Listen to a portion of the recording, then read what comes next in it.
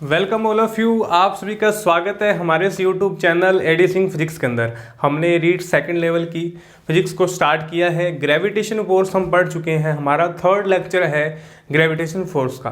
तो आज हम एक नए ग्रेविटेशन फोर्स के ये छोटा सा टॉपिक हमारे पास एक और आता है। हम ये बेसिक बातों को क्लियर कर रहे हैं। ओके, अब हम एक एग्जाम्पल से उठाएंगे। मान लीजिए मेरे पास दो क्या है वस्तुएं हैं या दो पिंड हैं, दो वस्तुएं ए और बी।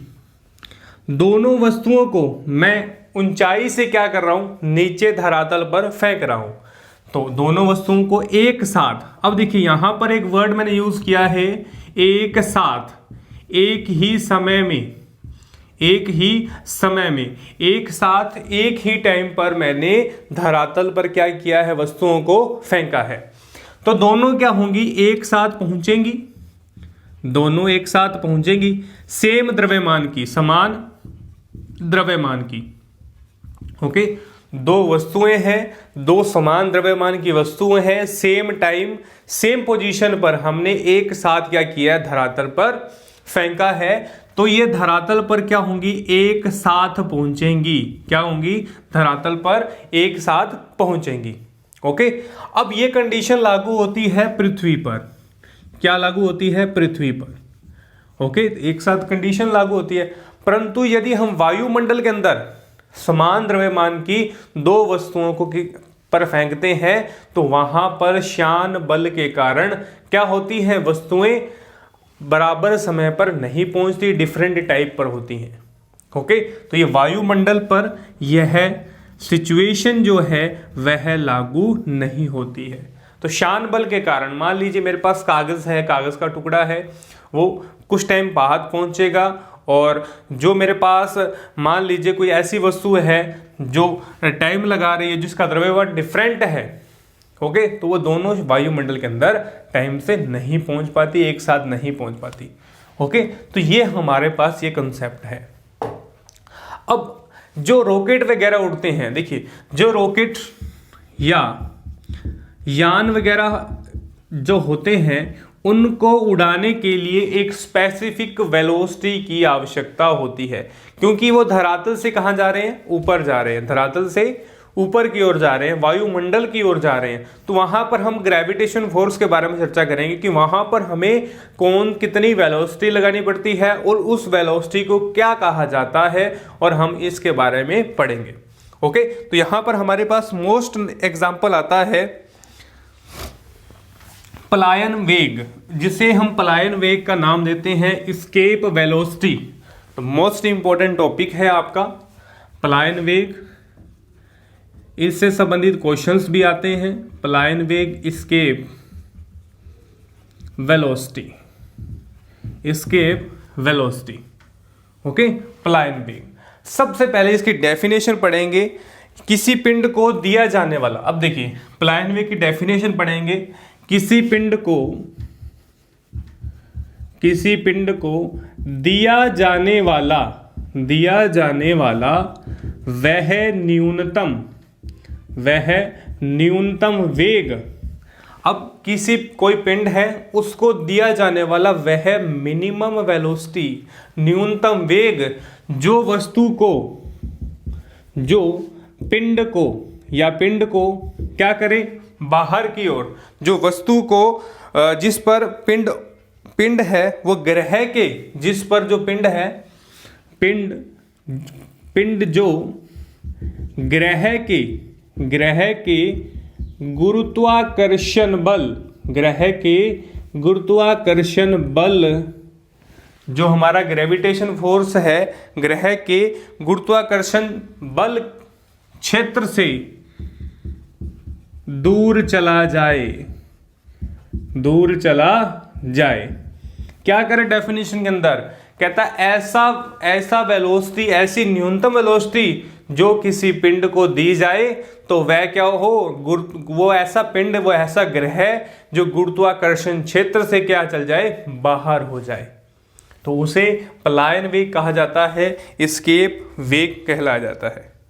न्यूनतम प्रारंभिक वेग भी कह सकते हैं, या न्यूनतम वेग लिख दीजिए आप, न्यूनतम प्रारंभिक वेग कर दीजिए आप। न्यूनतम प्रारंभिक वेग। ओके, तो इसकी डेफिनेशन है ये। ओके, तो ये क्या है, क्या कहना चाहता है कि हमने मान लीजिए रॉकेट को क्या करना है, ऊपर भेजना है रॉकेट को, तो वहां पर रॉकेट के लिए मैं वही बताऊंगा कि रॉकेट को कितनी जो वेलोसिटी की आवश्यकता होती है। कहता है वह न्यूनतम वेग जहां पर ग्रेविटेशन फोर्स क्या हो, बाहर चला जाए। ये पृथ्वी है और ये हमने रॉकेट भेजा है किसी दूसरे ग्रह पर, दूसरे स्केप पर। ओके, तो ये हमारे पास क्या आता है। अब देखिए, हमने मान लीजिए कोई पत्थर फेंका है, क्या फेंका है, पत्थर फेंका है, तो पत्थर फेंकने पर ऐसी न्यूनतम वेलोसिटी, ऐसी न्यूनतम प्रारंभिक वेलोसिटी। अब देखिए जब पत्थर फेंकेंगे तो ऐसी न्यूनतम वेलोसिटी से फेंकना है जो ग्रेविटेशन फोर्स के क्या हो, ग्रेविटेशन फोर्स के एरिया को क्या करे, पार कर जाए। ओके, तो यहां पर इसका फॉर्मूला इसे VE से रिप्रेजेंट करते हैं। इसका फॉर्मूला होता है 2gm/r। इसका जो फॉर्मूला होता है √2gm/r। ओके, तो इसे पलायन वेग कहा जाता है, इसका ये फॉर्मूला होता है। यहां पर हम जानते हैं g क्या है, सार्वत्रिक नियतांक है। क्या है, सार्वत्रिक नियतांक। और m क्या है, ग्रह का द्रव्यमान, ग्रह का द्रव्यमान। और r क्या है, ग्रह की त्रिज्या, ग्रह की त्रिज्या। और यहां पर सबसे इंपॉर्टेंट बात क्या है, सबसे इंपॉर्टेंट बात, यहां पर जो VE है, पलायन वेग है, वह वस्तु के द्रव्यमान पर, वस्तु के द्रव्यमान पर निर्भर नहीं करता। क्या नहीं करता, वस्तु के द्रव्यमान पर। ये इंपॉर्टेंट बात आपने याद रखनी है कि पलायन वेग है वो वस्तु के द्रव्यमान पर डिपेंड नहीं करता है। ओके, तो ये हमारे पास क्या है, हमारे पास वेलोसिटी प्राप्त होती है। ओके, अब देखिए, अब हमारे पास पलायन वेग है, पलायन वेग की डेफिनेशन VE के अकॉर्डिंग है, ये हमारा फॉर्मूला है। यदि इसको गुरुत्वीय त्वरण के अकॉर्डिंग लिखा जाए, देखिए हमारे पास गुरुत्वीय त्वरण क्या होता था, स्मॉल g कैपिटल M और r स्क्वायर। ये हमारे पास होता था गुरुत्वीय त्वरण। क्या होता है, गुरुत्वीय त्वरण। ओके, तो ये हमारे पास गुरुत्वीय त्वरण का फॉर्मूला होता है। यदि हम इसके पदों में लिखें तो किस तरीके से हमारा पलायन वेग और गुरुत्वीय त्वरण के बीच में रिलेशन आता है, देखिएगा। यहां पर VE है, VE क्या है, 2G/m/r। यदि मैं इसको r से मल्टीप्लाई, r से डिवाइड करूं, इसी स्क्वायर रूट के अंदर r से मल्टीप्लाई और r से डिवाइड करने पर हमारे पास क्या प्राप्त होगा, हमारे पास √2gm/r, नीचे r की स्क्वायर, और ये सारा का सारा क्या बन जाएगा हमारे पास, ये सारी की सारी वैल्यू हमारे पास ये चीज है, ये g को रिप्रेजेंट करेगी। तो हम क्या लिख सकते हैं यहां से, VE बराबर √2gr, VE बराबर √2gr। तो ये हमारे पास क्या बना, फॉर्मूला बना। क्या बना, फॉर्मूला। किसके बीच में, g गुरुत्वीय त्वरण और पलायन वेग के बीच में, पलायन वेग के बीच में क्या बना, VE बराबर √2gr। ओके, तो ये हमारे पास वैल्यू प्राप्त होती है। अब देखिए, अब क्या करेंगे, अब हम एक ऐसी क्वांटिटीज को पढ़ने वाले हैं जो एग्जाम के पॉइंट ऑफ व्यू से इंपॉर्टेंट है। एग्जाम में पूछी जाती हैं कि पृथ्वी पर इस ग्रह का पलायन वेग कितना है, इस ग्रह का चंद्रमा पर कितना है, बुध ग्रह पर कितना है, सूर्य का कितना है। तो सबसे पहले मैं दोबारा रिपीट कर रहा हूं, पलायन वेग क्या है, किसी वस्तु, किसी पिंड को दिया जाने वाला न्यूनतम प्रारंभिक वेग जो किसी वस्तु को ग्रह के गुरुत्वाकर्षण से दूर ले जाती है या बाहर ले जाती है, क्या कहलाता है, पलायन वेग। तो पलायन वेग का फॉर्मूला हमारे पास ये प्राप्त होता है √2G/m/r। और यहाँ पर कैपिटल G क्या है, सार्वत्रिक नियतांक है, M क्या है, ग्रह का द्रव्यमान, और हमारे पास R क्या प्राप्त होता है, ग्रह की त्रिज्या, रेडियस ऑफ। और इंपॉर्टेंट बात, पलायन वेग का मान फेंकी गई वस्तु, यहां पर हम ये भी लिख सकते हैं कि फेंकी गई वस्तु, फेंकी गई वस्तु, फेंकी गई वस्तु या वस्तु के द्रव्यमान पर डिपेंड नहीं करता है। पलायन वेग का मान जी भी नहीं करता था और पलायन वेग भी नहीं करता है। और हमने पलायन वेग और गुरुत्वीय त्वरण के बीच में रिलेशंस को लिखा है। क्या आएगा यहां से 2gr। ओके, अब लिखिए आप क्वांटिटीज। पृथ्वी की समतल पर पलायन वेग। अब हम सभी के जो सरफेस हैं, जो हमारे पास इंपॉर्टेंट नाम है, हम उनको लिखेंगे, जो कि एग्जाम में डायरेक्ट पूछे जाते हैं। हम उनको आज पढ़ने वाले हैं, तो ये आपने याद रखने हैं बाय डिफॉल्ट। पृथ्वी के समतल पर पलायन वेग, पृथ्वी के समतल पर पलायन वेग। ओके, अब देखिए पृथ्वी के समतल पर पलायन वेग का मान 11.2 किलोमीटर, 11.2 क्या होगा किलोमीटर प्रति सेकंड होता है। 11.2 किलोमीटर प्रति सेकंड होता है पृथ्वी के समतल पर पलायन वेग। अब यहां पर इस लाइन की बात समझिए। पृथ्वी के समतल मतलब पृथ्वी से कोई भी रॉकेट यान, कोई भी रॉकेट यान को भेजने पर, कहां पर, दूसरे प्लैनेट पर, दूसरे ग्रह पर भेजने पर कहां लिख दूं, दूसरे ग्रह लिख देता हूं। ओके, तो वहां पर हमें 11.2 किलोमीटर प्रति सेकंड के प्रारंभिक वेग से हमें भेजना पड़ेगा। ये फिक्स क्वांटिटी है। क्या है, फिक्स क्वांटिटी, याद रखनी है आपने। सेकंड बात देखिए आप, अब तो पृथ्वी की बात की, अब चंद्रमा की सतह पर क्या है, चंद्रमा की सतह पर पलायन वेग। और यहां से एक मोस्ट इंपॉर्टेंट क्वेश्चन बनता है चंद्रमा की सतह पर पलायन वेग का।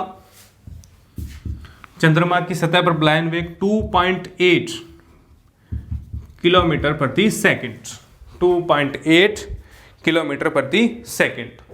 ओके, सॉरी यहां पर 2.4 आएगा, 2.4 किलोमीटर प्रति सेकंड, जो कि सबसे कमजोर, सबसे मिनिमम है। तो यहां पर आपने लिखना है मिनिमम, न्यूनतम। और यहां से एक शानदार क्वेश्चन आता है कि चंद्रमा पर एटमॉस्फेयर या एटीएम वायुमंडल क्यों नहीं है, तो आंसर क्या आएगा, चंद्रमा पर पलायन वेग कितना है, 2.4 किलोमीटर प्रति सेकंड, जो कि क्या है, मिनिमम है। इसलिए यहां पर क्या होगा, वायुमंडल उपस्थित नहीं होगा। तो यहां पर जो गैसेज हैं, जो वायुमंडल के अंदर गैस है, वो प्रसारित नहीं हो पाती, इसलिए चंद्रमा की सतह पर एटमॉस्फेयर, वायुमंडल उपस्थित नहीं है। इंपॉर्टेंट क्वेश्चन है। वहां पर ये पूछ सकता है कि चंद्रमा की सतह पर पलायन वेग का मान क्या होगा। ओके, थर्ड देखिए आप, अब बात की मैंने चंद्रमा की, पृथ्वी होगी, चंद्रमा होगी। अब पृथ्वी की सतह पर सूर्य के लिए पलायन वेग। अब पृथ्वी की सतह से सूर्य के लिए पलायन वेग। अब यहां पर इस लाइन का इंपॉर्टेंस देखिए, पृथ्वी की सतह से सूर्य का पलायन वेग, पृथ्वी की सतह से सूर्य का पलायन वेग क्या आएगा, 42 किलोमीटर प्रति सेकंड, 42 किलोमीटर प्रति सेकंड। ओके, और यहां पर एक और बात लिखिए, सूर्य की सतह से पलायन वेग, तो ये सबसे मैक्सिमम होता है। सूर्य की सतह से पलायन वेग का मान 617 किलोमीटर प्रति सेकंड, 617 किलोमीटर प्रति सेकंड। तो ये सबसे क्या होता है, हाईएस्ट होता है, मैक्सिमम होता है। तो आपसे पूछ ले कि पृथ्वी की सतह से सूर्य का पलायन वेग कितना है, 42 किलोमीटर प्रति सेकंड, और यहां सूर्य की सतह से पलायन वेग क्या होगा, 617 किलोमीटर प्रति सेकंड। ओके, तो एक और क्वांटिटी लिखिए, बृहस्पति की सतह से पलायन वेग। कई बार यह भी पूछ लेता है, ये इंपॉर्टेंट है, बृहस्पति की सतह से पलायन वेग 57.5 किलोमीटर प्रति सेकंड। तो ये 57.5 किलोमीटर प्रति सेकंड बृहस्पति की क्या है, बृहस्पति की जो पलायन वेग का मान। अब यहां पर इंपॉर्टेंट बात और लिखनी है, पलायन वेग का जो मान है, मैंने आपको अभी बताया, पलायन वेग वो वस्तु के या ग्रह के वस्तु के द्रव्यमान पर डिपेंड नहीं कर रहा, द्रव्यमान पर डिपेंड नहीं करता। सेकंड बात, फर्स्ट बात तो ये हो रही हमारी, सेकंड बात, प्रक्षेप्य कोण पर निर्भर नहीं करता। तो ये प्रक्षेप्य कोण पर निर्भर नहीं करता है, प्रोजेक्टाइल एंगल पर निर्भर नहीं करता। आपने दो बातें ध्यान रखनी है कि पलायन वेग का पूछ ली जाए किन्हीं दो बातों को, कि प्रक्षेप्य कोण का मान, प्रक्षेप्य एंगुलर, या ये पूछ ले प्रोजेक्टाइल जो एंगुलर है वो डिपेंड करता है, डिपेंड नहीं करता है, तो पलायन वेग पर नहीं करता डिपेंड। ओके, तो यहां पर ये सारी की सारी क्वांटिटी इंपॉर्टेंट है। पृथ्वी की समतल पर पलायन वेग का मान 11.2 होता है। ओके, तो यहां पर इंपॉर्टेंट बनता है कि रॉकेट को पृथ्वी की सतह से किसी दूसरे प्लेनेट पर भेजने पर वेग का मान कितना होगा, तो 11.2 किलोमीटर प्रति सेकंड। तो यहां पर क्वांटिटी आएगी वो किलोमीटर प्रति सेकंड आएगी। ओके, ध्यान रखना, ऑप्शन के अंदर मीटर प्रति सेकंड भी दिया जा सकता है। ओके, अब यहां पर चंद्रमा की सतह से पलायन वेग का मान 2.4 है, जो कि सबसे मिनिमम है। और ये क्वेश्चन भी आ सकता है कि चंद्रमा पर वायुमंडल उपस्थित क्यों नहीं है। ओके, तो चंद्रमा पर पलायन वेग का मान 2.4 किलोमीटर प्रति सेकंड। फिर आता है पृथ्वी की सतह से सूर्य के लिए पलायन वेग। पृथ्वी की सतह से सूर्य के लिए पलायन वेग 42 किलोमीटर प्रति सेकंड। और यहां पर सूर्य की सतह से यानी सन की सतह से यहां पर 617 किलोमीटर प्रति सेकंड, और बृहस्पति के लिए 57.5। और मैंने एक बात और नोट की है, पलायन वेग का मान वस्तु के द्रव्यमान और प्रोजेक्टाइल मोशन पर डिपेंड नहीं करता है। ओके, तो मोस्ट इंपॉर्टेंट टॉपिक है, कुछ भी नहीं है। कई बार ऐसी क्वांटिटी एग्जाम में पूछी जाती है, और मैंने अभी फॉर्मूला करवाया था, कौन सा, VE√G⁻r, तो इससे भी क्वेश्चन आ सकता है। और यहां पर आपको R की वैल्यू दे रखकर पलायन वेग का मान पूछ सकता है, क्योंकि G की वैल्यू फिक्स होती है 9.8, और इस तरीके से पूछा जा सकता है 2Gm/r, तो इस तरीके से पूछा जा सकता है। तो पलायन वेग की वैल्यू कैलकुलेट करने के लिए हम डिफरेंट एग्जाम्पल करेंगे, वहाँ पर और अच्छे से क्लियर करेंगे। पहले हम सारी जो टॉपिक्स हैं उनको अच्छे तरीके से कवर कर पा रहे हैं। तो नेक्स्ट लेक्चर के अंदर हम जो गुरुत्वाकर्षण जो गति की समीकरण है, केपलर लॉ पढ़ेंगे। तो केपलर लॉ गति की समीकरण दी थी न्यूटन ने, तो यहाँ पर ग्रेविटेशन फोर्स के अकॉर्डिंग यहाँ पर तो हमें केपलर ने लॉ दिए थे, हम केपलर लॉ को पढ़ेंगे, डिस्कस करेंगे। ओके, तो आज के लेक्चर में सिर्फ इतना ही। नेक्स्ट लेक्चर में नए टॉपिक के बारे में चर्चा करेंगे।